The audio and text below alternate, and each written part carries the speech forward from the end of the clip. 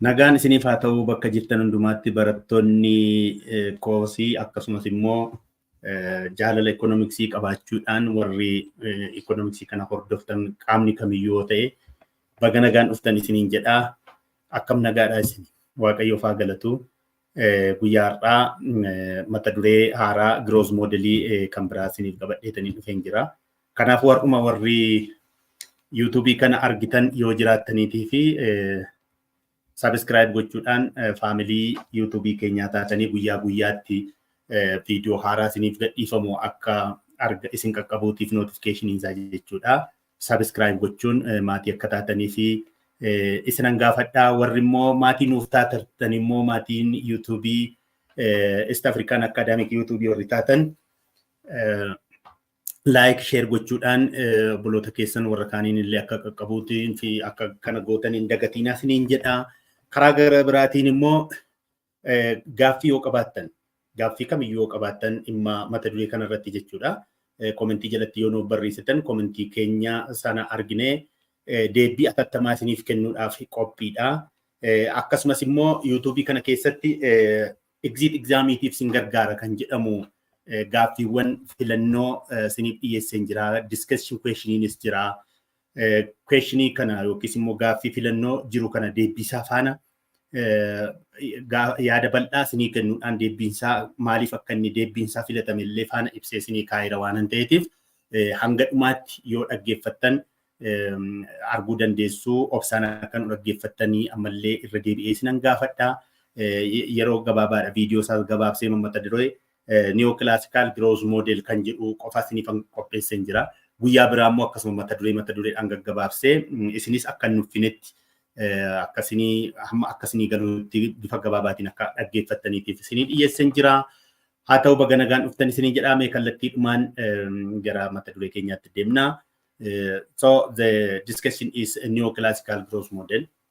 In the previous video, we discussed about the classical growth model. Under this classical growth model, we saw about the Harrod growth model, what are the important variables that affect the growth model, and what was the focus of Harrod growth model. In the previous video, we discussed all these things. Now today, we will see about the Neoclassical growth model. You have to identify the Harrod growth model, Harrod and the Domar growth model.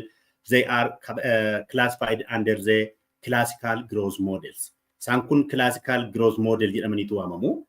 Solow growth model immoo kan biraadha. Neoclassical growth model jedhama. Neoclassical fi classical kan jedhaman kun growth modelonni kun lamaanuu garaagara. Yaanni isaanii garaagara. Tarii baaraabiloota wal fakkaatu fayyadamuu ni danda'u ta'a. Haa ta'uutii garuu yaanni isaan kennanii fi konseptii isaan qaban garaagarummaa ni qaba jechuudha. Kanaafuu in this video we'll see about the Neoclassical growth model. Under Neoclassical growth model, there is a Solow growth model. There is Mead growth model. Warri jedhaman kun Neoclassical jalatti ramadamaniitu jiru. So the Solow model as a response to Harrod Domar. The Solow, the fundamental basic for growth model in Solow and the Solow growth model is due to response or give a response to the weak side of the Harrod Domar growth model. That means it critiques, it opposes with Harrod Domar constant capital output ratio assumptions. Solow's Neoclassical approach to the long growth. Wanti as jalatti ilaallu kun Solow modeliin Harrod Domariin kanaan dura growth modelii fayyadamee ture, ibsee ture. Ibsa Harrod Domar growth modelii jalatti kan jiruu fi deebii kennuudhaafidha. Neoclassical kana jalatti jechuudha. Karaa gara biraa Harrod Domar constant capital output ratio assumption sana oppose godhe. In case of Harrod Domar growth model, there is a constant capital output ratio. Assumption is the assumption of Harrod Domar growth model was based on the constant capital output ratio. This in Neoclassical growth model, the Solow opposes or criticizes this Harrod Domar constant capital output ratio. On the other hand, Solow's neoclassical approach was on the long-run growth model, but in Harold Domar, it was based on the short-run growth model. Growth model in akkasitu jiru jechuudha. Solow's model of long-run growth modeling maali? The rationale behind Solow's model. Wanti qabatamaan duuba kana jiru Solow growth model jala kan jiru maayinni tokko. It criticizes the Harold Domar reliance on short-run tools for long-run problems. Sakana criticize it. And Harold Domar short-run ida, and sakanamo in the long run. Canada criticize short-run of autontane in the long run it is grows in Malta ukaba kanjiru kaijira. The other introduction quote emphasizing the neoclassical approach for long analysis. Kamitin the long run keessatti analyze gochuu akka danda'amu introduce godhee ture kan jedhudha. Kanaafuu Solow growth modeling assumptionota maal qabudha. The assumptions of Solow growth model is composite commodity and net output concept. The other is constant returns to scale, especially it is related with that of the Cobb-Douglas production function. Cobb-Douglas production function is returned to scale. That means the elasticity, the summation of the elasticity is equal to 1. Elasticity is a power inside. The other is homogeneity of the production function. Production functioning homogeneity. Karagra Bramo marginal productivity. That means it's the elasticity of the production based on factor payments. Flexible price and the wages. Waging is flexibility. Pricing is flexibility at etukai. That other is perpetual full employment of labor and the capital. That means there is fluctuating of the full employment. Full employment can get a perpetuate gocha dema, perpetual. That means fluctuating. The other substantial substitutability of labor and the capital with unitary elasticity. Substitutability, jechun labor can substitute capital or capital can substitute for a labor. That is, they substitute each other with a unitary elastic. Kanafama Cobb-Douglas production function keessatti power insa yero idan walitti alpha and 1 minus alpha. That means alpha and 1 minus alpha labor, the power of alpha, and the capital, the power of 1 minus alpha. Kanafi alpha plus 1 minus alpha malfidanu jechudha 1 inufida. Kanafi constant returns to scale and jedhamefis kanafida jechuudha. So substitute wal godhu elasticity sammo tokkodha. Neutral technical progress. The other is constant saving ratio. These are the assumptions of the Solow growth model. To show the model, Solow takes output as a whole, the only commodity in the economy donated as Y at T at time T. In the long run, one dated year 1, year 2, year 3, year 1, year 2, year 3, akasta udanda. Solow outputting as a whole. Production in as the whole or the only commodity in the economy output into the only commodity in the economy is that Y of T. If saving is donated by S and the rate of saving is S times YT. That means saving to income ratio. Saving in income in household income is 2 parties. The other one is consumption, the other is saving. Now, households save some portion of their income and consume other part of their income. Therefore, the rate of saving is considered as small s times YT. This small s is capital S divided by YT.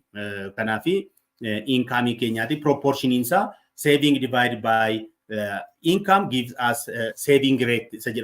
Saving rate kanamo S times YT yoga waltiba ibnu capital S kanano fida kanafi akka kanatira saving in akanati denoted ita.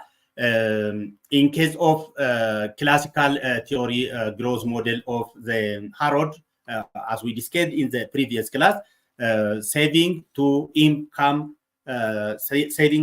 ratio over investment to income ratio is equal to yoga salpis nualitimo saving to investment ratio no the capital accumulation in akkasitti kan calculate gone ture. Asitti immoo capital is the stock of the capital jenne K of T. Y of T income that is the output, the total output that is a commodity in the economy is Y of T. That means at the time, that means the year, for example, this year is 2024. The total commodity in this 2024 is Y of T. In 2023, it is Y of 2023, 2024, 25 akkas deema jechuudha. Kapitaaliinis akkasuma K of T. Y of T jira taanaan capital K of T, that means the capital stock at the given time. Then net investment is the rate of increase of this stock of capital, that means change of K over change of T or K. Kuniga capital stock in Kenya, change in capital in the year fakkeenyaaf amma 2024 irra jirra yoo ta'e bankan barkara 2024 change in the capital stock of, that means availability of the capital in 2024 minus the availability of capital in 2023 divided by that means the year in this 2024 is capital stock yang barakana sabar engadda right isne kan barana inni targannu kun change in K over change in T, that means the change in year jennetu or K akakanat it is the investment increase, investment in akakanat increase ta ade machu capital bar engadda binne jira inni barana binnes jira isa baranarra isa bara darbe yero hir'isnu total capital isa baranarra 2024 irra total capital isa 23 sana yoo irra hir'ifne net ishee kan nuti argannu kan 2024 ti. Isheen kun net investment in the rate of increase jedhameetu waamama. The basic identity irratti fayyadamne yeroo darbe Harrod modelii keessatti basic identity especially in the natural growth rate irratti yeroo ilaalle identity net identity tiin fayyadamne turre.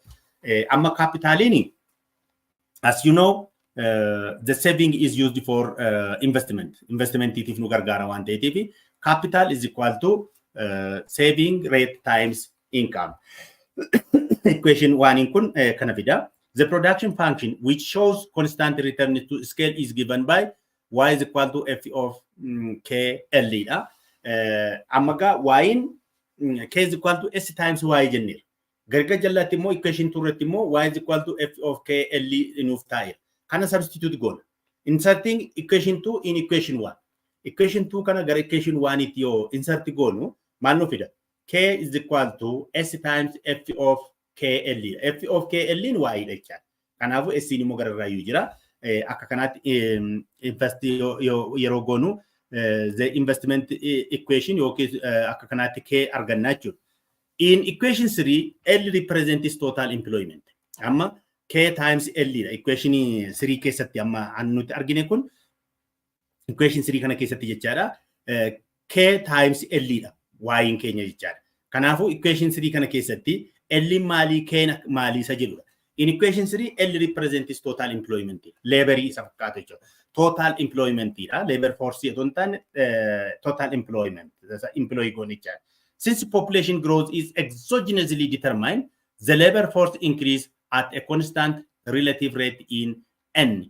N amma population growth rate yero calculate gonu Hamilton equation function yero fayyadamnu L of T at the T. Fakkeenyaaf 2024 kana population growth in Kenya initial labor force times in the rate at which the population is increasing times the power of N times T. In iri Kenya N in more the rate at which the population grows at a constant rate. If Kenya almost 3% population growth rate in Kenya 3%. Kanafa function kana fayyadamna equation 4 irratti. In the absence of technological change, N is Harrod's natural rate of growth. N in kun Harrod natural rate of growth garasitti kan nuti ilaalle jechaadha. L of T is equal to general one is the available supply of labor at a time T.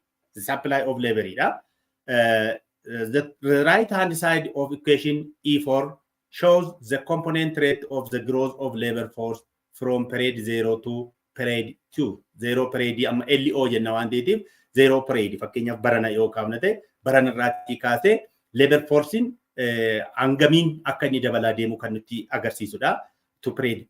Alternatively, equation 4 can be regarded as a supply curve of a labor. Hence, substituting E4 in equation 3. Equation 3 yero substitute go no.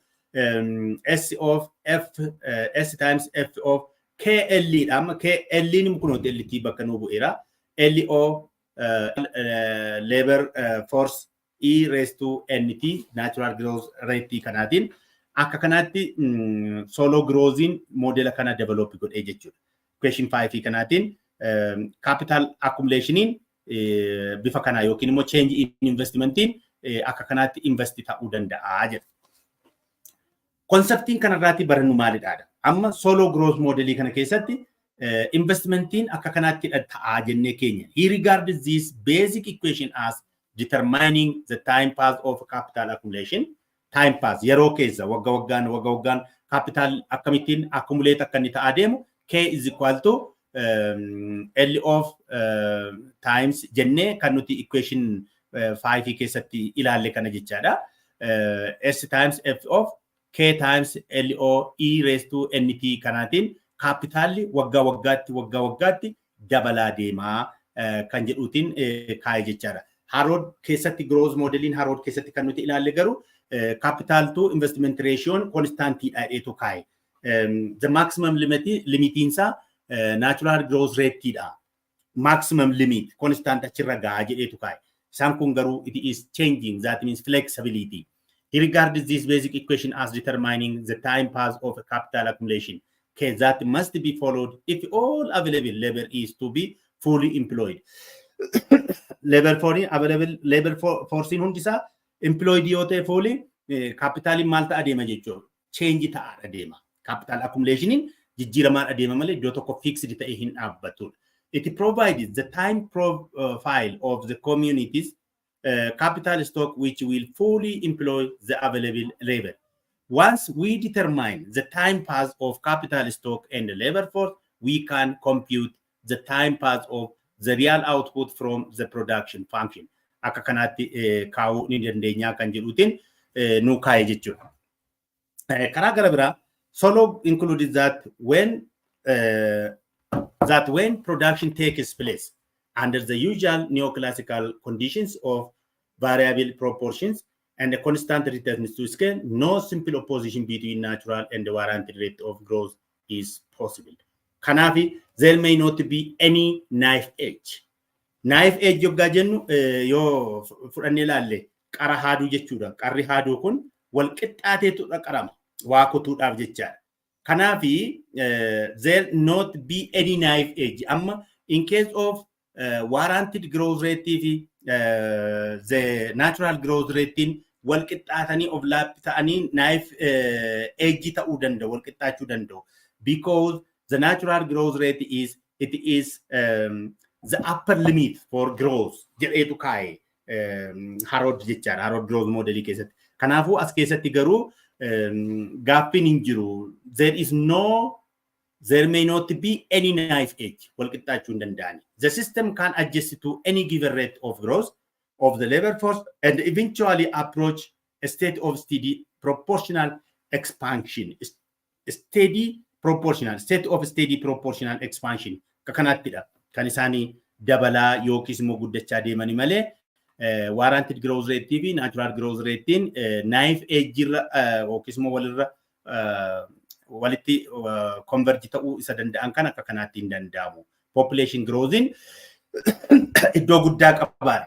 Capital accumulation keessatti labor forcein fully employed ta'uudhaaf gahee guddaa qaba waan ta'eef natural growth ratein fi warranted growth ratein possible yookiin immoo no simple opposition between natural and the warranted rate of growth rate is possible inni jedhame kun wal qixxaachuu hin danda'anii kan jedhutti Solow Growth modelin kaa'e jira. Kanaaf amma asirratti Solow Growth modelin gabaabinaan akka kanaatti yoo keenye gaaffii multiple choice isiniif qopheessine. wantamma discuss goone kana ilaaltaniitu baay'inaan jechaadha. Discuss gooneerraa baay'ee ilaalleerraa sinii galeerraa kan jedhu bifa gabaabaatiin ifa siniif ta'eera jedhee yaada. Yoo kan siniin galle jiraates immoo gaaffiyoo keessanitti jalatti bifa sinii galuu danda'uun bal'isee sinii yaadannoo isaa sinii kennuu nan danda'a. Achirraa koppii godhattanii bifa understanding gootanii of qopheessuus ni dandeessu rakkoo hin qabu. Haa ta'utii multiple choice question for exit exam jedhee kan yaadu exit examitiif sin gargaara jedhee kananii qopheesse kun gaaffii arfan tokko jira. The first question, what is the primary focus of Solow's growth model? Amma primary focus in Solow growth model maalidhaadha? Tokko, short term economic fluctuations. B, relationship between investment and output. C, factors influencing long-term economic growth. D, impact of government spending on GDP.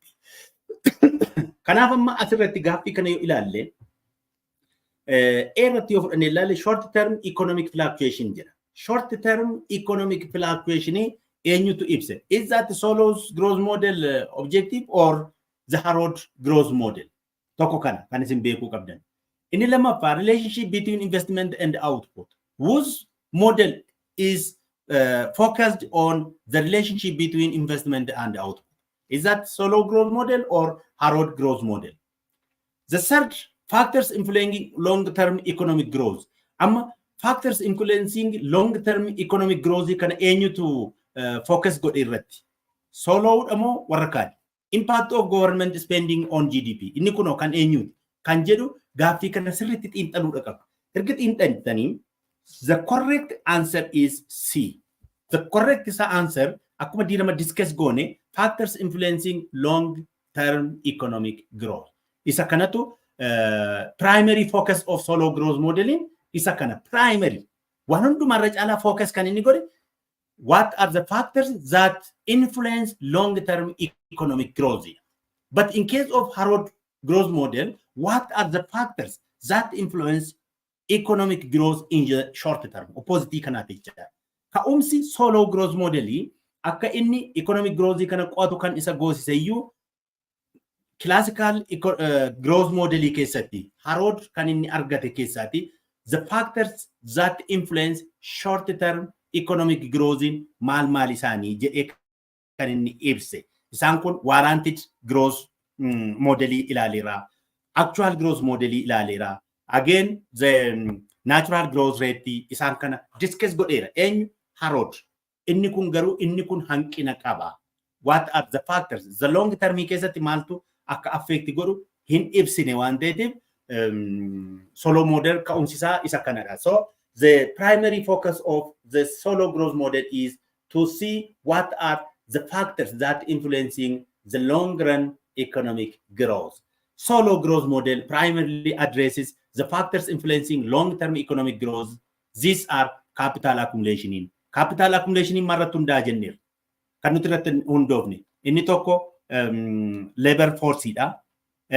Labor force biratto maaltu fudhatama? What are the population growth rate? Population growth rate hammamiin akka inni dabalaa deemu. Laboriin akkamittiin akka inni dabalaa deemu. Kanaatiini capital accumulation through a time dabalaa akka inni deemu kanaani kan inni ibsa jechuudha. Kan biraan immoo saving dha. Saving times a function of labor and LO E raised to n times t jedhee kan inni kaa'ee fi isa kanaafidha.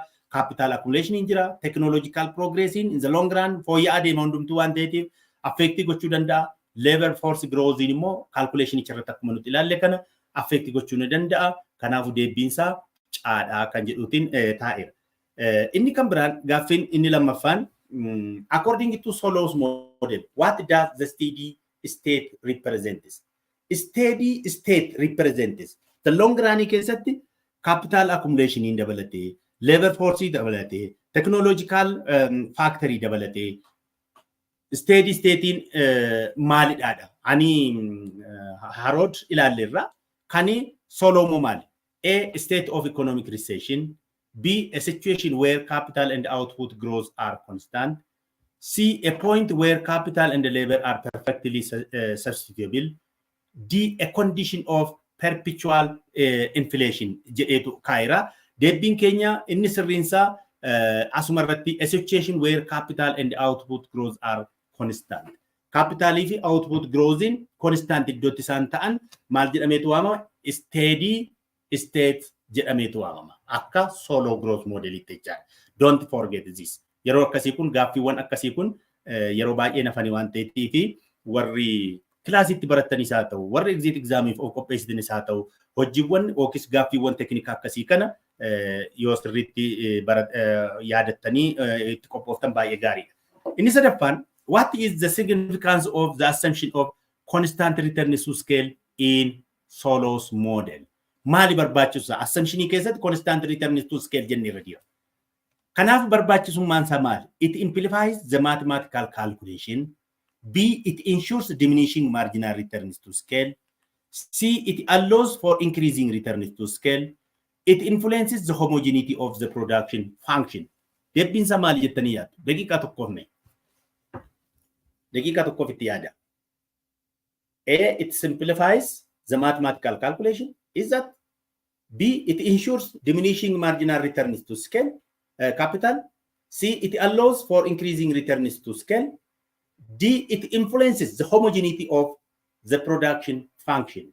Why homogeneity? Diiramasanii ibseera asuma irratti ibsa kan irratti jechaadha. Kanaafuu constant returns to scaling Solow Growth modelii keessatti assumptionii inni godhate kun barbaachisummaan isaa maalidha? Kanaaf egaa deebii kana akkasiin argattan yaada. Deebiin isaa inni sirriin D jechuudha. Daadha. The assumption of constant returns to scale ensures that the production function is homogeneous of degree 1, a key feature of Solow's model.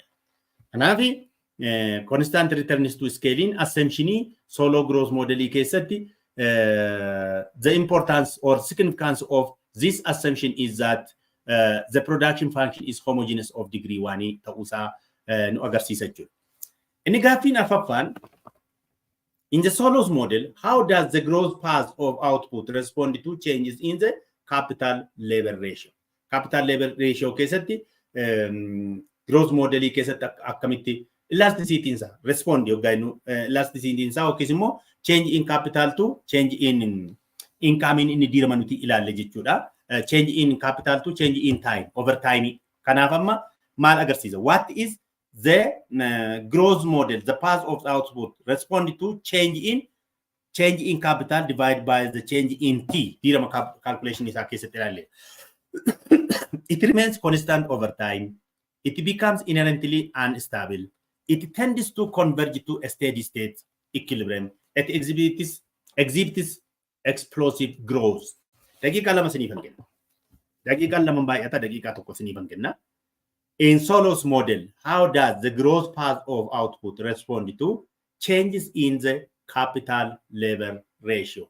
Changes in capital labor ratio that it shows the capital accumulation over a time agarsiisa waan ta'eetii fi deebiin amma gaaffiin A remain constant over time, B becomes inherently unstable, C it tends to converge to steady state equilibrium, D it exhibits explosive growth. Maal jettanii deebii keessan? Walumaan ilaalla. Deebiin keenya Cdha. Solow's C maal jedha asirratti jechuudha.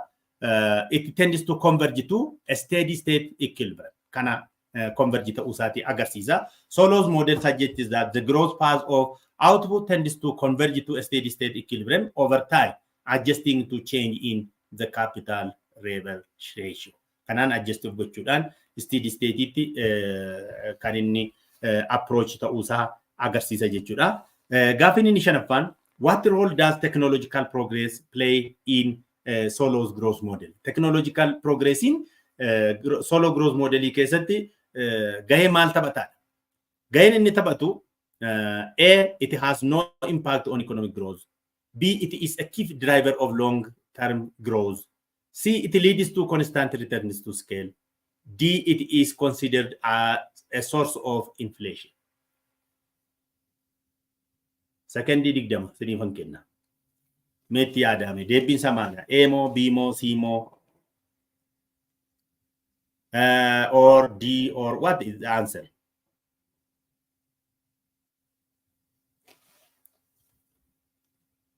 Deebistanii?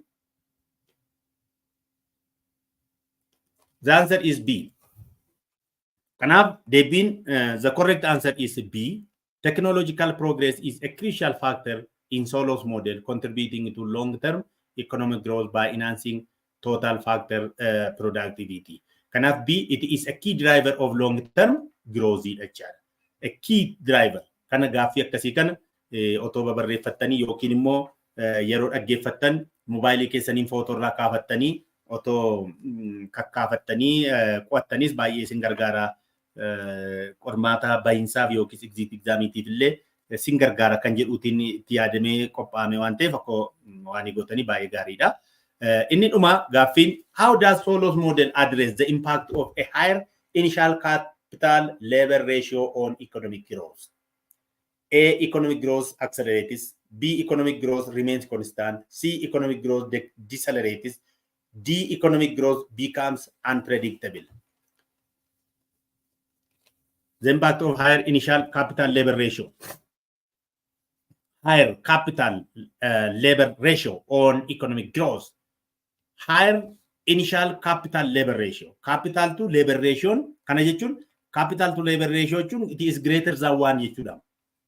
Kanaafi greater than 1 ta'oote deebinsa Solow's model suggests that if the initial capital labor ratio is higher, economic growth tends to be slower over time as capital and output grow more slowly than the labor force. Kana jechuun maal jechuudha? The initial capital labor ratio higher, economic growth tends to be slower jechuun humni namaa hojjetu achi keessatti xiqqaadha jechuudha. Humna kapitaalaatu capital to labor ratio gainu capital intensive dha fayyadamaa jirra jechuudha. Keessumaatii biyyoota guddachaa jiran kan akka Itoophiyaa kanaatiif capital intensive in recommendinity. Sababinsa humna namaatu baay'eedha. Unemploymentiitu baay'eedha. Capital to labor ratio higher dha ta'ataanaan jalqaba irratti unemploymentiin baay'achaadha deema. Unemploymentiin baay'achaadha deema. Kanaafi unemploymentiin baay'achaa deema jechuun immoo dinagdeen gadi bu'aadha deema. Kanaafuu inni kun kan inni economic growth decelerate ta'aa deema. Economic growth gadi bu'aadha deema.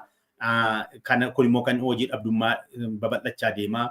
Oomishniif oomishtummaan xiqqaachaadha deema. Decelerate kan inni ta'u bifa kanaatiinidha jechuudha. Higher initial higher labor capital to labor ratio rakkoo akkasii uuma. The correct answer is C. Kanaafi barattoonni egaa kanarraa waa baay'ee barattu jedhee mayyaada. Discussion questionii tokkommoo isiniif qopheesseera. Discussion questioning kun what is the key difference between Harold Domar and Solow Growth model?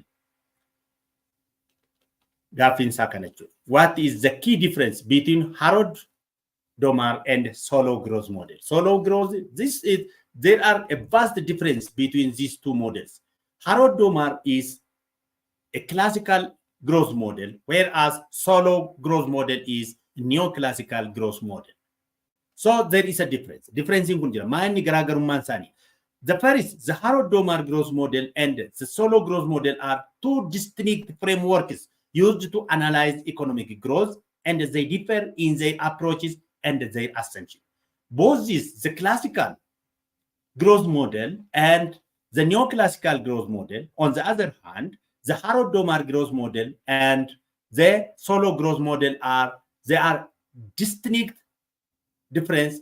There is a great difference between the two in their approach and their assumptions. Here are a key difference between the two models. Garaagarummaan isaan kana gidduu jiru approach to economic growth irratti garaagarummaa isaan qaban ilaala. The difference or key difference between the two models, one, the approach to economic growth. Harold Domar model focuses on the relationship between investment and economic growth. Gama tokkoon Harold Domar relationship in investment and economic growth gidduu jiru focus godhani. Karaa garbaa, it is essentially a demand-driven model that suggests that the level of investment determines the rate of growth, economic growth. The approach in Harold Domar model is demand-driven. That suggests that level of investment determines the rate of economic growth. Demand-driven in one day, level of investment in economic growth determine godhaadha. Akka eenyutti akka Harold Domaritti. The model emphasizes the importance of closing the investment gap to achieve sustained growth. Investment TV, saving gap is hang dojiru, wallet tikesur, okis ipisur. Karamachan, investment equal saving, economic growth in constant yakanide movie, sustainability yakanide, for sustainable economic growth, investment and saving should be equal. Akakanati kanisanka. Solow growth model in Solow's model, on the other hand, is a neoclassical approach that considers the role of factors such as capital accumulation, technological progress, and population growth in explaining long-term economic growth. Factorota kan irratti hundaa'an. Isaan sun investmentii fi saving irratti kan factoroonni jedhaniitu kan economic growth determine kan godhan. Inni kun immoo maal jedhe capital accumulation, technological progress, and population growth in long-term economic growth determine godhu. It is more supply side. In case of Harodomar, it is demand driven. But in case of Solow growth, it is more supply side oriented and explores the source of economic growth. Supply side in, production in, the source of economic growth. Sorry. In lamaffan, garaagarummaan isaanii treatment of capital output ratio. The Harodomar model assumes fixed capital output ratio. This assumption has been criticized for oversimplifying the relationship between capital and output, leading to potentially instability in the model. The relationship between, that means the constant capital output ratio, constant in Harodomar. Solow growth model in mal jedhikan. Solow's model allows for changes in the capital output ratio. In case of Harodomar model, there is a fixed capital output ratio. But in Solow growth model, the capital output ratio is changing over time. Yero wagga ni wagga tokkoffaa ni lammaffaa over time akka tiitti jechuudha. K of T jennee ni diirama keenya isa kanaaf jechuudha. Over time it changes. It incorporates the idea that capital and output can adjust dynamically, providing a more realistic representation of the relationship between these variables. Kanaaf capital and output can adjust dynamically. Jijjiiramanii ofii isaanii adjust wal gochaa deemu over a time. Isa jedhuutiin ka'a. Inni sadaffaan garaagarummaan isaanii focus on equilibrium and stability. Equilibrium irratti maal jedhu Harodomar does not inherently focus on the equilibrium or stability of the economy. Harodomar stability of the economy focus irratti hin godhu. It tends to be more concerned with short-run dynamics and achieving a balance between saving and investment. Balansii investmentii fi saving gidduu balansii gochuu equal gochuu isatu gara natural growth rate itti fida. Warranted growth rate, natural growth rate, actual growth rate isaan kun kan isaan walitti dhufan bifa kanaan in the short run jedheenyu kaan. Solow garuu explicitly explores the concept of a steady state equilibrium. Steady state equilibrium. It suggests that the economy tends to converge to a long-run equilibrium path where the growth rates of capital output and other variables become constant. Steady state kana Solow growth to kaayechudha. Inni arfaffaan garaagarummaan isaanii treatment of technological progress. Harodomar does not explicitly incorporate technological progress as a driver of economic growth. Economic growth keessatti technological change in factory akka inni ta'etti hin keenye isaan kun. Solow garuu the importance of technological progress are key factor influencing long-term growth. In the long run, term growth keessatti a key factor jedhaniitu kaan technological factory. Harodomar garuu technological factory modelii isaanii keessa iyyuu hin keenye xiyyeeffannoo sitti hin laanne garaagarummaan isaa isa kana. Solow incorporated the impact of technological advancement on total factor productivity. Total factor productivity, labor productivity, capital productivity, technological key factory akka inni qabu gahee guddaa akka inni taphatu. Akka kanaatti itti dabalanii turanii kanaaf egaa garaagartummaanii Solow growth modelii fi Harodomar growth modeliin garaagarummaa kana hanga afuriitti kan taa'e kana siniif kaayetaniin jira gabaabseetaniini walumaa galatti Harodomar growth modelin classical growth modelii dhasaanii the Solow growth model are neoclassical growth models. There is a distinct difference between these classical and neoclassical growth models. Growth modelota kana gidduu garaagartummaa hedduutu jira. warri gurguddaan garaagartummaan isaan gidduu jira jedhaman kun isaan amma hanga afuriitti isinii ibse kana waan ta'eetiif ishee kanarra deebitanii yaadachuu qabdu, irra deebitanii qo'achuus qabdu. What is the difference between the Harold Domar growth model and the Solow growth model isa jedhu kana bifa gaaffii discussionidhaan isiniif taa'eera. Bifa filannootiin isinii dhiyeessuun danda'ama. Dabalataan kan isiniif hin galle growth model irratti gaaffii gaafachuu ni dandeessu. Development modeliitu itti aana gara fuulduraatti immoo jechuudha. Development modeliin immoo modeloonni classical development model, neoclassical development model kan jedhaman jiru isaan kanas bal'inaan multiple choice questionidhaanis discussion questionidhaanis akkasumas immoo lecture gabaabaa PowerPointidhaanis qopheessee torbeetti aanutti isiniifan fida. Hanga dhumaatti waan dhaggeeffataniif guddaa galatoomaa isiniin jedha. Gaaffii yoo qabaattan ammallee irra deebi'een isiniin jedha. Barumsi walumarraatti baratamaa wanti irra darbes yoo jiraate yookiin immoo kan ifan taanis yoo jiraate jalatti yoo kommentiidhaan barreessitan atattamaan gaaffii keessan sana eeree bal'inaan achirratti bifa isinii galuu danda'uun ammallee isinii deebisuuf qophii guutuun qabaa akka kootti jechuudha. Waan na dhaggeeffattaniif fayyaa ta'a. Warri har'uma gara viidiyoo kanaatti dhuftan subscribe gochuu hin dagatiina. Warri immoo maatii taatanii jirtan immoo subscribe gootan immoo like share yoo gootan deeggarsa guddaa nuuf gootanidha waan ta'eetiif warra kaan obboloonni keenya barattoonni keenya kan isaan hin qaqqabne yoo jiraate akka isaan qaqqabuuf atattamaan nama kabiyyuu bira walitti share gootanii walitti dabarsitan walirraa barannaa. Maamiloonni yookiin immoo maatiin YouTube kanaa yoo baay'achaa deeme beekumsis baay'achaa deema, komentiin baay'achaa deema, gaaffiin baay'achaa deema. Gaaffii fi komentiin baay'achaa deemuun immoo YouTube keenya kana caalaa fooyyessinee akka isinii dhiyeessinuuf nu gargaara waan ta'eetiif ciminni keenya isiniin ifa.